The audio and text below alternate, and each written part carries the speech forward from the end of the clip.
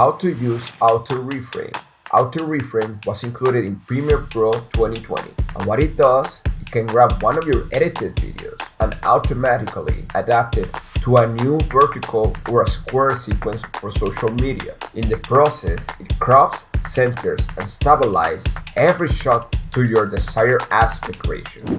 Hello everyone, I'm Giovanni Pino, and if this video helps you, let me know in the comments and give it a like so it can help others who may need to watch this video. To use Auto Reframe, you right-click on your sequence and head to Auto Reframe Sequence. Here you can add a new name, shows the aspect ratio, and if you want your video to be nested or not. I highly recommend do not nest the video. Then you press Create. The new sequence, it will appear and it will show that it's being analyzed. Once that process is done, we can watch the video. Now, remember that I told you that you have to make sure to not nest the video? It's mainly because of these three reasons. First, it doesn't adapt graphics at all.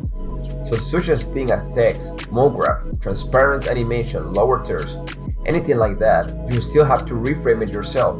So by creating a nest, you will add unnecessary extra steps. Second, if your sequence includes things like jump cuts, transitions, or camera movement that you added in post, all of these things will be corrected during the reframe.